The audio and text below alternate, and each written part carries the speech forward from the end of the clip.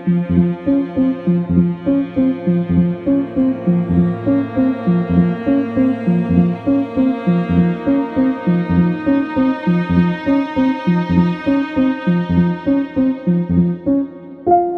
sangat tragis, harus ditenggelamkan. Jadi itu yang membuat saya merasa sedih sekali sampai saya harus merasa terpanggil bahwa beliau adalah figur yang harus kita contoh keberaniannya, kegigihannya dalam mempertahankan kemerdekaan Indonesia. Mubolo imatu tampuku wai pelah nareko upajai berjuang. Pak terui perjuangan tak. Artinya kurang lebih seperti ini. Kamu akan menyiram makamku dengan air panas apabila aku berhenti berjuang. Teruskan perjuangan kita.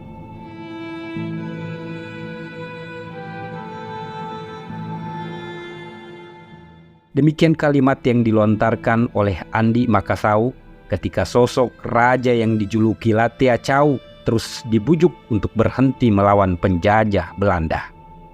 Ketika pasukan Sekutu dan Nika datang, Andi Makassau mengadakan konferensi Parepare pada tanggal 1 Desember 1945.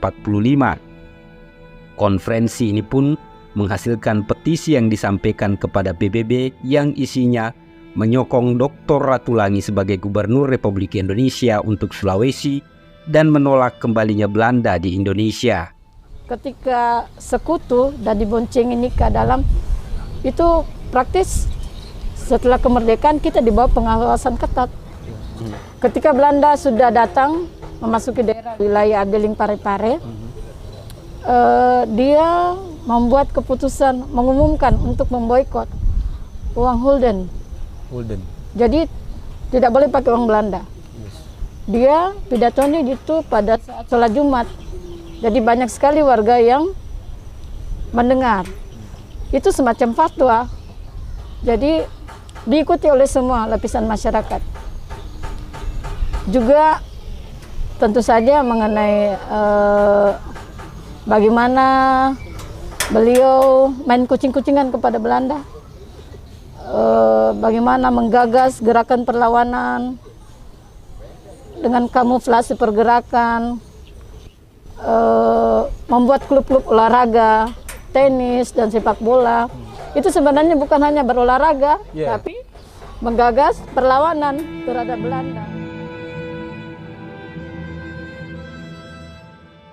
Itu pula yang ikut mendorong komandan pasukan Belanda di Nederland memerintahkan Kapten Raymond Paul Pierre Westerling untuk melakukan pembantaian di Sulawesi Selatan atau yang dikenal dengan peristiwa korban 40.000 jiwa. Serbuan Westerling ke Supa ini dihadang dengan gigih oleh pasukan Andi Makassau. Namun karena senjata yang terbatas dan personel yang kurang, membuat laskar Andi Makassau tidak bisa lama bertahan. Andi Makassau pun tertangkap, tapi sekeluarnya dari penjara, ia kembali melawan. Westerling kembali dihadapinya, dan lagi-lagi Andi Makassau tertangkap, lalu ditahan dan dipenjara di Sawito Pindrang. Andi Makassau juga ditangkap. Raja penggantinya juga Andi Abdullah Mamasepe juga ditangkap.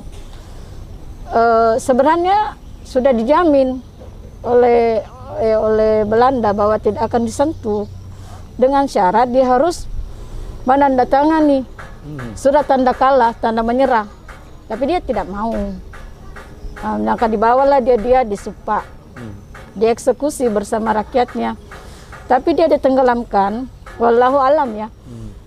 Ini cerita rakyat Supa yang sempat saya wawancarai, merupakan saksi mata beberapa orang waktu itu, bahwa sebenarnya ditembak juga beberapa kali dengan brand, tapi tidak tembus peluru. Tidak tembus, cuma terguling saja, bangkit lagi, di brand lagi.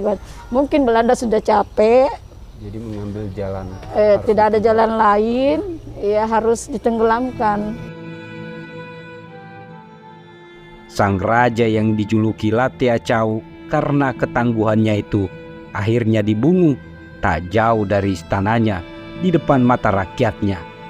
Ombak dan laut Marabombang menjadi saksi nyata perjuangannya yang tak pernah berakhir.